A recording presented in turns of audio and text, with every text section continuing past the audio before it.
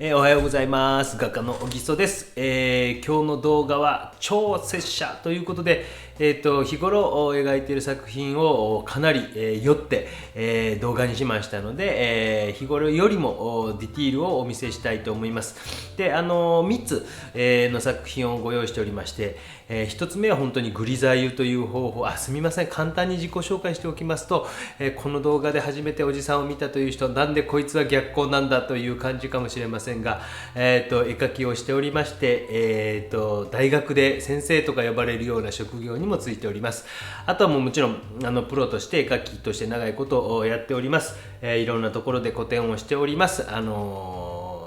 かったら適当に自己紹介とかを見ておいてください。で、逆光にしているのはですね、ちょいちょいこう光をわざと変えて、皆さんがどういう反応するかなっていうのかとかですね、あと鬼好評というのをやっていて、一般の人に作品を送ってもらって、適当に私がブータれるという企画をやっているんですけども、一番基本的に大事になってくるのは光の設定であるとかっていうことをその好評の中でお話ししているんですね。でも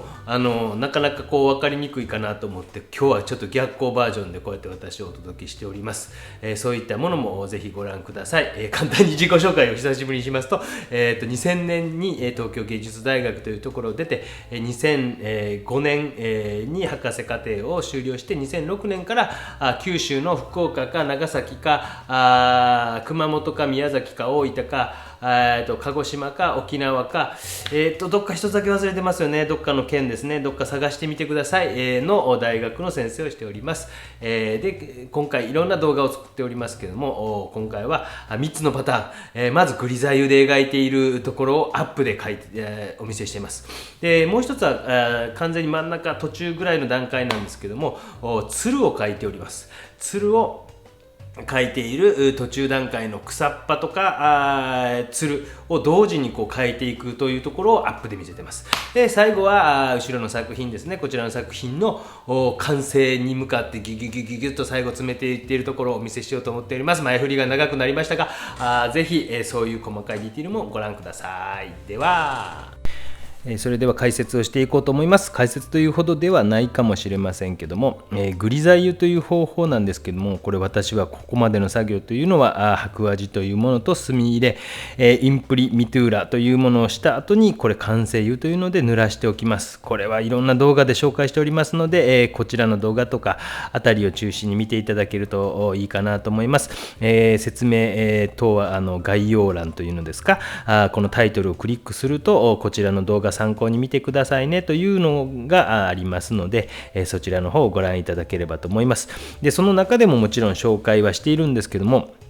よりアップでお見せしようと思ってます。あれ、いつもと書き方違うぞということも多々ありますが、そういったことはご容赦ください。今回は少しこう、濡らした後に、目とか少しこう、なんていうか、はっきりと区形で分けるんじゃなくて、ちょっと柔らかめに描いていくというか、線をオーバーしていくというかですね。それでもうっすら下の線が見えてくるので、うっすら、見えてくるようなものも参考にしながらというか、何言うとんねんって感じかもしれませんね。すみません。ちょっと難しいかもしれませんが、今回は本当にこういつも作っているような動画の何て言うんですか、スピンオフみたいな感じでしょうかね。より、手の動きが分かるように作れればなと思って、まずグリザ湯。でもこれ厳密に言うとグリザ湯じゃないんですよ。白黒だけじゃないので、ちょっと赤みがかっているところはこのように赤く描いたりとかしています。グリザ湯っぽいと言ったらいいんでしょうか。あまりそこをね縦割りにする必要ないと思ってるんですね。絶対白黒じゃないとダメじゃないですかなんていう声が聞こえてきそうなんですけれども、それがやっぱりこう日本人の悪いとこで、グリザイを使ったから描けるということはまずないんですね、実は。グリザイってなんで使うのということを考えてほしくて、私は動画をずっと作っているんですが、もともとグリザイっていうのは白黒ということの意味合いなんですが、昔は黒とか白とか絵の具の顔料がすごく高価なものから安価安いものまであったんですね。でその中でも白黒というのは安価安かった。でそれでまずトーンを整えていく、白黒の階調を整えておくと、着色の時にそんなに大きくバルール、色の色化と言います。もう英語ばっかりよう分かりませんとか言われそう、フランス語ですね、バルールっていうのは色がいきなりはみ出したりしないというかですね、白黒の上にちょっと赤みを置いてみて、そこになんかこれやったらちょっと鮮やかすぎるなとか、そうやないなっていうのが分かりやすいというのがまず一つありました。あとは白黒の意味として、今ものすごく白を厚く塗りました。インパストと言います。厚塗りのことをインパストと言いますが、その厚く塗ったりすることができる。要は高い絵の具とかよりは安価安い絵の具で塗った方がそんなに問題ないというかですね、思い切っていけるじゃないですか。で油絵の具なんですけども、油絵の具を使っている以上、やっぱり油絵の具の特性の一つというので、厚く塗ることができるということがありますよね。レンブラント・ハルメンスゾーン・ファンレインという人なんていうのは、すごく絵の具が厚く塗られていたりします。でやっぱりある程度グリザイユに近い形で描いていっていると思います。でも多分すごく厳密に白黒で描かなきゃいけないんだじゃなく、初めに濃淡をつけるためにだいたい黒と白が中心になった感じで描いていったというのが、僕は厳密な解釈じゃないかなというふうに思います。でこういうふうに白黒で塗りながら、白というのはすごく厚く塗っていく。なんで厚く塗るんですかと言われたらですね、人間の目って基本的には光が当たっているところに目いくっていうことが一般的じゃないでしょうか。どうですか？暗い影の中ばかり見て歩いてますっていう人よりも、ポンと光が当たっているところに目がいって、そこから影ってこうなってんやなとか、形こうなってんやなっていう見ることの方が多いような気がします。そのためにもやっぱりですね、絵の具というのは少し、明るいところに厚く塗ってあげたりした方が、人間の目と理にかなっているのではないかなというふうに思います。で、髪の毛とかも少し描いておきました。顔の部分だけですけども、今回はグリザイユで、描いているのをお見せしようと思います。この後の書き込み等とかは他にも動画をたくさん作っておりますので、ぜひですね、そういったものもご参考に、見ていただければ、こういった動画とかですかね、いいかなと思います。概要欄と呼ばれるところに載せておきますので、このタイトルとかスマホの場合はクリックしていただくと、そちらの方のページに飛んでいきますので、飛んでいったって感じになって、ここに URL というのがあって、こういうのを参考に見られてはどうですかということを載せておきますね。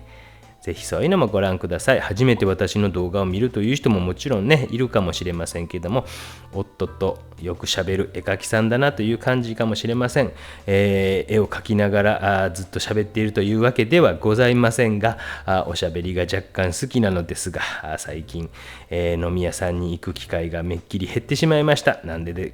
か分かりませんが、そういう意味で、ライブペイントなどをして喋りたいのストレスを発散するという謎の行動をとっている中年でございますね。中年っていいですね。なんかね、中年より中年っていいですね。なんか中年ってこれから僕呼びましょうか。トントントン。で、これよく学生さんにもこういうの見せていたんですよ。もう近く寄って見てみていいよっていうふうに学生さんに言ったりしていたんですけども、今やっぱりコロナというやつですか。そういったものをですね、メキシコのビールだそうですね、ありますね。瓶でライムかなんかを入れるやつではないんですが、学生さんとかが学校になかなか来にくい状況というのもあったりとか、近くに寄って見ていいよということが言えないんですね。もしその学生さんが来たとしてもですね、そういう時代になってしまったということもあるので、その学生さんの目線に立った見え方みたいなのも見せといてあげようかなというふうに思いました。これも一応教育の一環なんですよ。いつもやっていたことをできていないので、学生さんのためにもこういったものを作っといてあげようと思って、優しいですねなんて言われるかもしれませんが、厚く塗りましたね。相当今インパストっていうんですけど、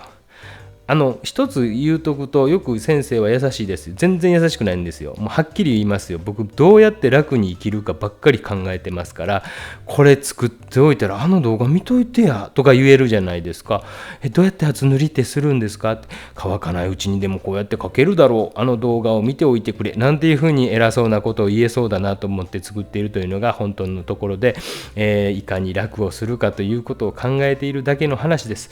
昨年の春から YouTube YouTube なるものをやり出しまして、初めの頃はお酒を飲みながらダラダラと喋るという、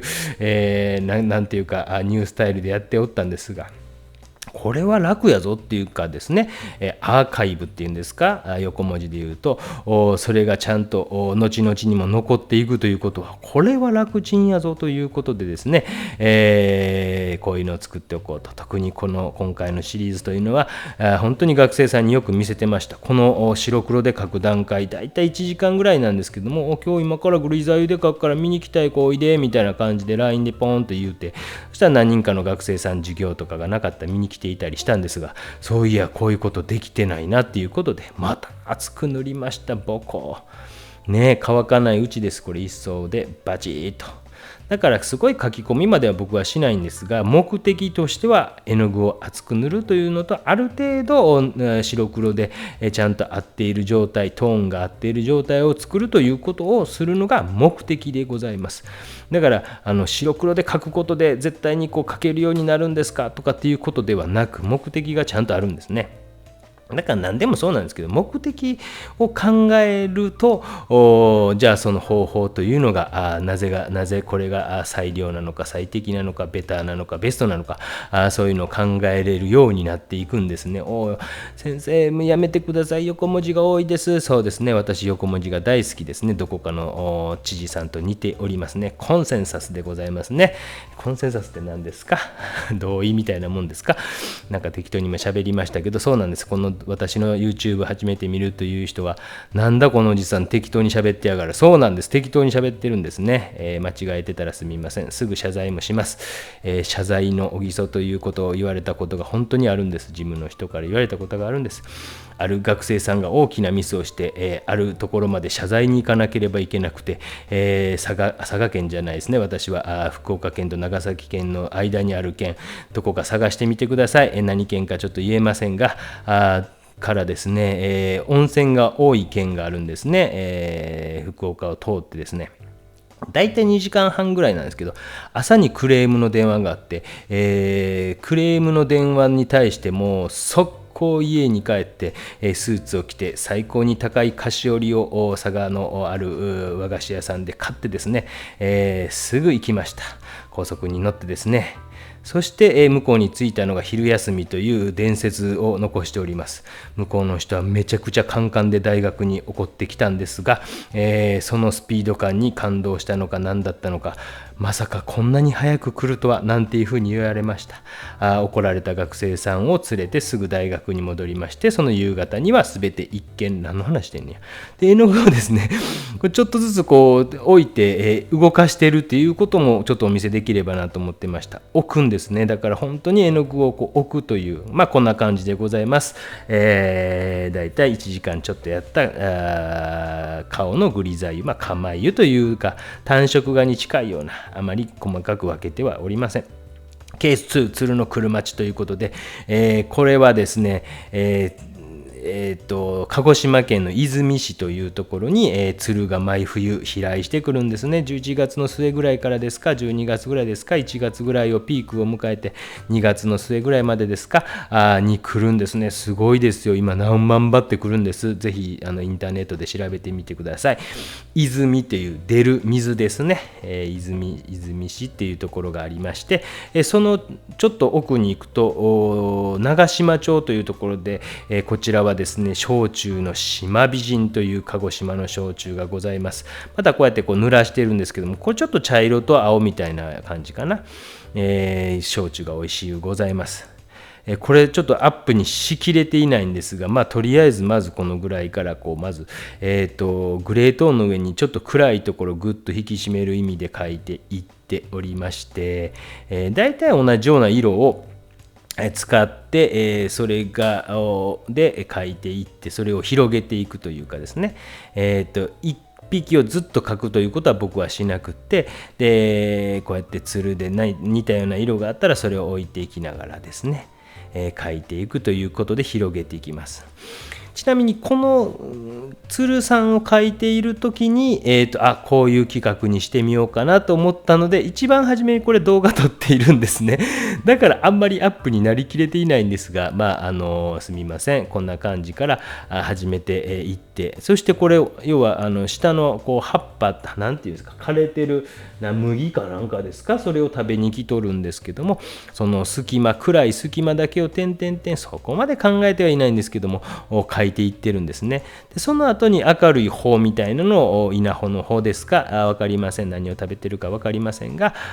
を描いていくということで、この、隙間のところを描いていってる。これネガティブペインティングっていうらしいですよね。ネガティブペインティング。そして今こうハイライトのところから細かいね、これ縮尺を見るとよくわかる。こんなんですよ。この辺で少しアップにしていってみようと動画作りを考え出しました。これは実際のスピードです。早送りではないです。こんな感じで点々点ちょんちょんちょんちょんちょんと下の絵の具が少し濡れた状態だから絵の具自体も滑りやすくて、でもドバッと置いてしまうんじゃなくて、本当にちょちょと描いていっとるわけですね。またこれ隙間をちょっと描いていってるところをお見せしますが、暗いですね。本当にしょうもないことをネチネチやっとるなこの人はって、昔そういえば思い出して、今から20年ぐらい前に25、6の時、こんな写実的な絵は年を取ったら目悪くなるからできなくなるからやめた方がいいよって言われたことあった。思い出した。絶対30年やったるでと思いましたもんね。ああいうこと言う人っていますよね。若い人に向かってね、やりたいことその時やれれば僕いいと思うんですけども、めっちゃそういうこと覚えてますね。やっぱこの人ネクラですよね。この人的に回さない方がいいなと皆さん思っているんじゃないでしょうか。くちばしも書いていってます。いろんな鶴がいるんですね。これ何鶴かちょっと忘れましたが、すみません。いろんな鶴がいて、空飛んでる鶴も書いてるんですが、それが結構あれですよね。一番鶴 JAL のマークになってるやつですね。ちょっと頭が茶色い鶴さんもおりましたんで、でまた隙間をジョンジョンジョンジョンジョンジョンジョンジョンジョンと書いとると、わあ細かいな、いやいやな、気持ち悪いなこの人、わーって感じかもしれませんが、深夜これ3時ぐらいに確かやっていたと思います。なんかスローになってしまったね今一瞬ね。ちょんちょんちょんちょんちょんちょんちょんちょんちょんちょんちょんちょん、ちょっと考えてるところも映してるのかもしれないですね。そしてこうやって稲穂も同時に描いていきながら徐々に、広がっていくということで、なんていうか地味な仕事でございますね。面白くないかもしれませんけど、こんなこと積み重ねて、またこれで、乾いたらグレーズして、また細かいディティール描いてということで、どんどん絵の具というのを複雑にしていきます。これ後ろね、そうか生乾きの状態でなんかこう筆の後ろかなんかで引っかいとるんですね。ぐちゃって跡があったりすると思います。そしてそれにグレーズをしたり、また薄く絵の具かけたりとかして、だいたい3層目ぐらいでこういう風に実際に細かい仕事をしているという。でまたこれは完成前の作品なんですけども、中間の段階でこういった絵の具を複雑にするという作業をしていっているわけでございます。気持ち悪いって感じですね。そういうふうに思われて結構ですね。どういう絵が売れるんですかっていう中に、写実的な絵が売れやすいよというのは一般的によく言われるんですが、こういうのも鍛錬修練みたいなものがあるから書けるのか分かりません。これ途中なんですけど、こんな感じでなんじゃこらって感じですね。自分で言うのはなんですけどもね、こんな感じになってまいりました。もうちょっとアップで見せておきますと、こんな感じですよ。これはまだ全然完成じゃないんですけども、だいたい3層目とか4層目とかそのぐらいの仕事です。あと1ヶ月ぐらいで完成するかなと思います。でも他の作品をよく描いたりしますので、こういうふうに実はこれ1日でこういう3種類の絵を描いてるんですね。これは洋服のところをまず紙やすりでこうやってやすってみたりして、下の絵の具が少し厚く塗っていて、でこの絵に関しては完成に向かって今日1日頑張りました。今日っていつやねんって感じかもしれませんが、今日は確か5月の25日かもしれません。525の日ですね。525なんかありますか？知りません。何でもあれしますもんね、今の時代はですね。525の日ですね。有名な525さんの誕生日でしょうか。適当な話してると。で、また顔のところこういう風にあれですね、グレーズと言って、僕はコバルトバイオレットというのを多く使います。さっきの鶴のやつはコバルトバイオレットじゃないですね。あれはちょっと茶系と何に塗ったかな、トランスオキサイレレッドっていうバーンとシェンナトランスみたいなのとコバルトブルーを混ぜたと思います。そしてこうグレーズをしておいて、これ今スカンブルという作業をしてますね。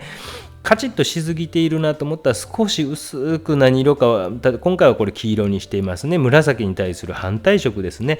黄色を全部ではなくて部分で少しこの辺が暗すぎるかなとか、ちょっと硬すぎるかなとかっていうところに少し黄色を塗って指ですり込んでみたりとかですね、したりしてます。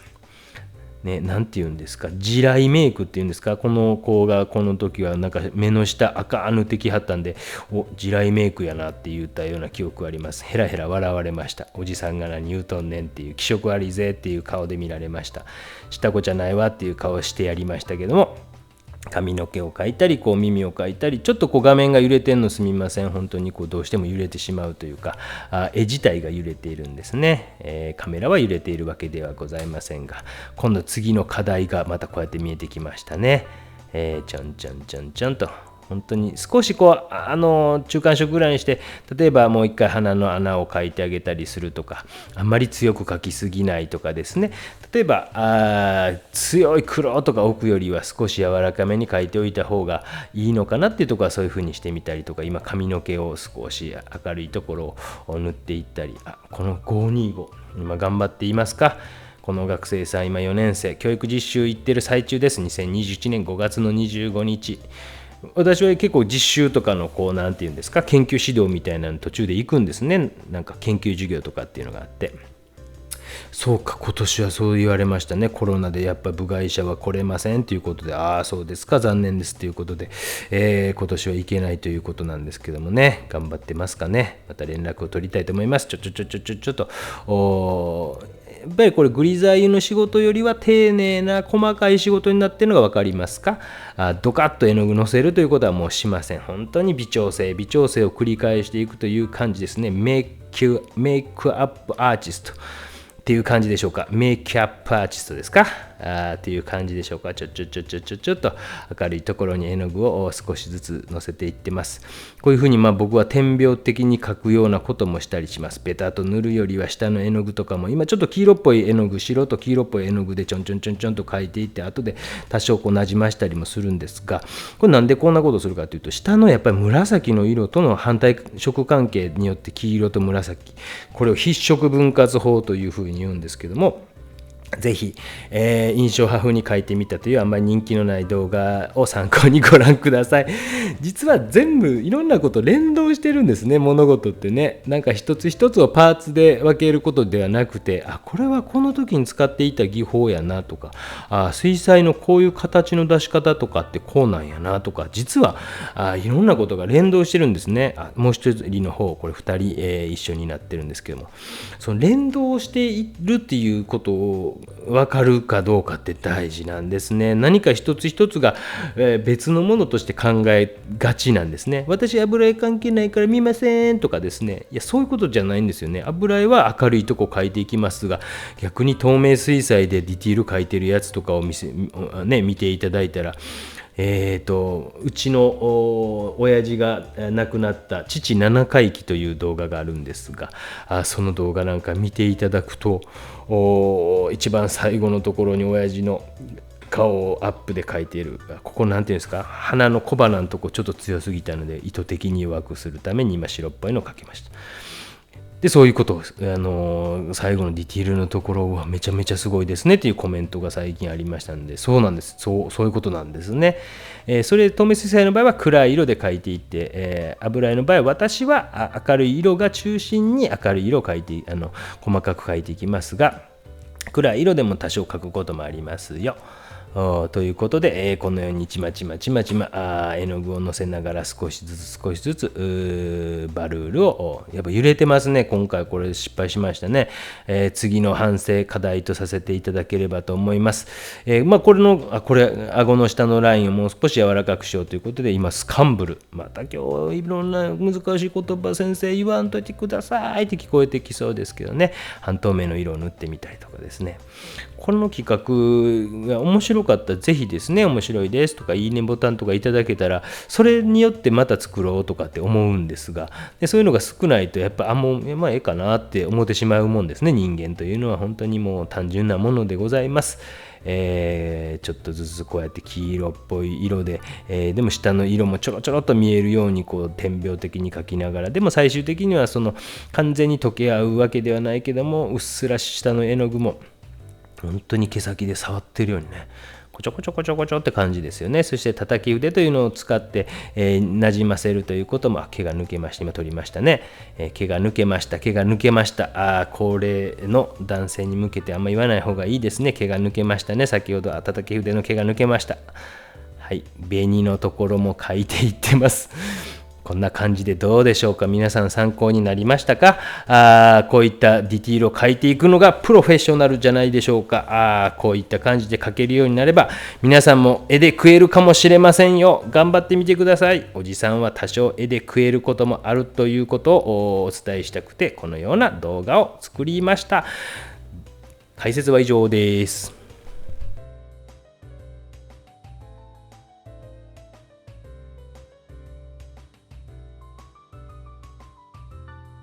ご視聴ありがとうございました。私自身はいつもこれ言ってるんですけども、こういう描き方をしろではございません。もうそれ散々言ってるんですけども、こういう描き方もありますというご提案でございます。だから、こう描けではないですけども、こういう描き方もありますよということで、皆さんの見識、見地を広げてもらえることが私にとってのこの YouTube を作っている目的でありますので、何かもうこれしかダメだ、これしかダメだっていう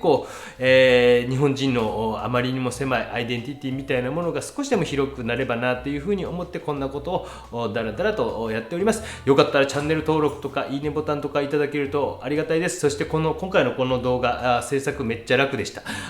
こういう企画もまた考えていければなと思いますので、何かご要望あったらぜひ、コメント欄に、連絡いただければと思います。鬼好評というので、作品を見てもらいたいという人は遠慮なく送っていただければと思います。どこかを探せば送り方があると思いますので、よろしくお願いします。では、チャンネル登録よろしくね。SNS もやってます。